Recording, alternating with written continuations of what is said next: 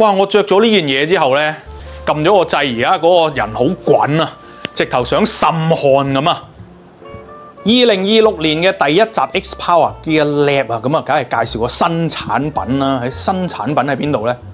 我已經着咗上身啦，就係呢個發熱背心啊！咁呢個發熱背心咧就最啱嚇，而家嗰啲天氣突變，突然間涼咧，攞嚟保暖啊最啱啦！喂，等咗咁耐咧，終於個天氣咧就凍翻少少，咁嗰啲大褸啊、頸巾啊，終於可以正式出動啦！但係如果你又唔想話太臃腫嘅話咧，咁呢一件啊 USB 供電嘅發熱背心咧就啱你啦！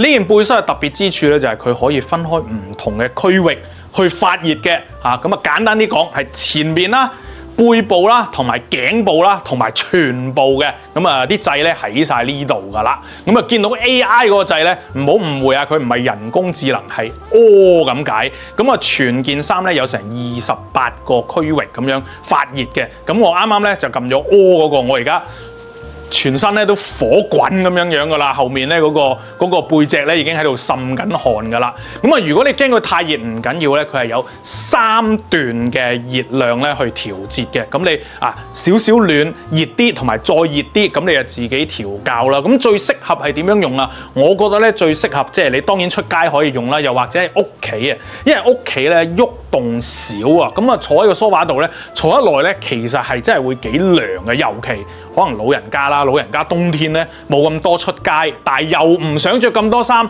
又要俾佢保暖嘅話咧，咁呢件發熱背心咧就啱晒佢啦。呢個發熱背心咧有4個 size 嘅 ，M 啦、L 啦、XL 啦同埋 2XL。我而家着緊呢件咧就係 XL 啦。咁一般男性咧應該係冇乜問題嘅。咁小朋友啊、老人家或者女仔咧，咁買 M 啊或者 L， 視乎你中意貼身啲啊定係鬆身少少啦。USB 供電方面咧，你揾翻一個有 USB Type A 輸出嘅充電器咧就可以啊。咁佢裡面咧有個暗袋你細個嘅充電器咁擺落去呢度咧就 OK 噶啦。